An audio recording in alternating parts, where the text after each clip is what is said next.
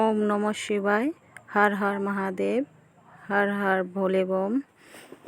তো সবাইকে প্রথমেই জানাই নমস্কার। সবার আশীর্বাদ মাথায় নিয়ে আমি নতুন করে আজ একটা ভিডিও করছি। ভিডিওটা আমি আপলোড করার চেষ্টা করছি সবাইকে জানানোর জন্য। সবাই জানো, অনেকেই জানো, অনেকেই আবার জানোও না।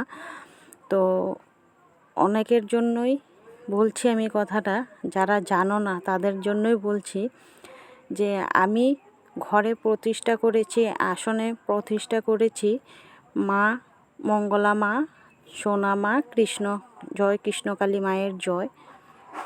কৃষ্ণকালী মাকে আমি প্রতিষ্ঠা করেছি। তো বহুদিনের আশা ছিল, অনেক দিন আগের থেকে আমি ইউটিউবে মা কৃষ্ণকালী মায়ের ভিডিও দেখছি। তো দেখেই আমি তখন থেকেই আমি মনে মনে প্রতিষ্ঠা করব বলে ভেবেছি। কিন্তু আমি আগে অন্য পুরনো বাড়িতে ছিলাম, ভাড়া বাড়িতে। তো সেখানে আর জায়গা ছিল না আমার আসনে। তো মনে মনে অনেক আশা ছিল যে নতুন বাড়িতে আসার পর আমি আসন একটা গড়ব, আসন একটা করে তারপর আমি আসনে বসাবো, মাকে প্রতিষ্ঠা করব।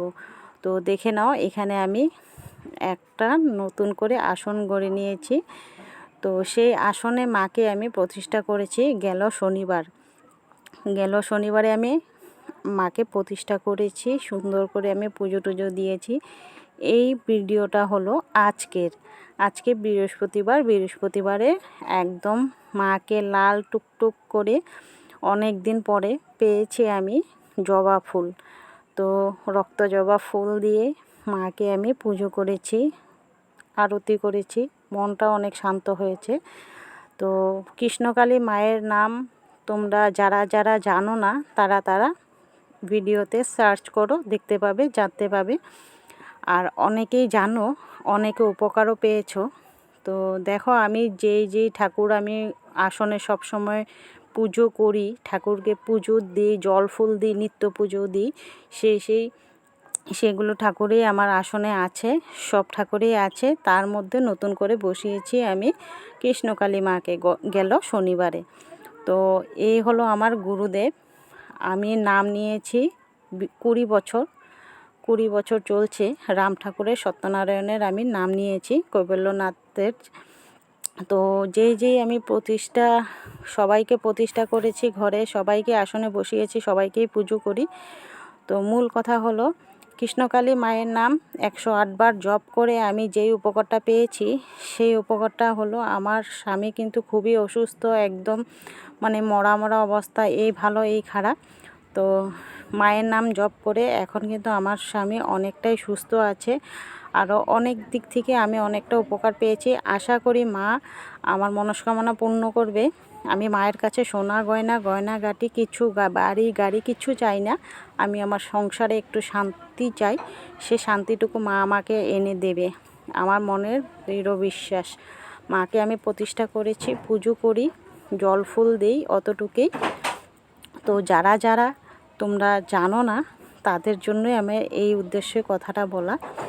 তো দেখে নাও মাকে আমি কিভাবে প্রতিষ্ঠা করেছি, কিভাবে পুজো দিই। আমি কিন্তু বাটা ভোগ কিছুই দিই না, শুধু জল ফুলিয়ে দিই, মার সামনে একটা প্রদীপ জ্বালাই আর মাকে আরতি করি 108 বার করে।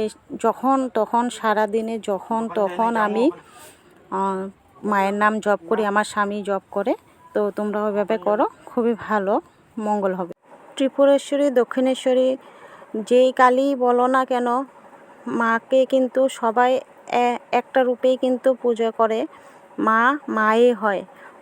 ত্রিপুরেশ্বরী, দক্ষিণেশ্বরী, শ্যামসুন্দরী মায়ের ভিডিও দেখলে বুঝতে পারবে।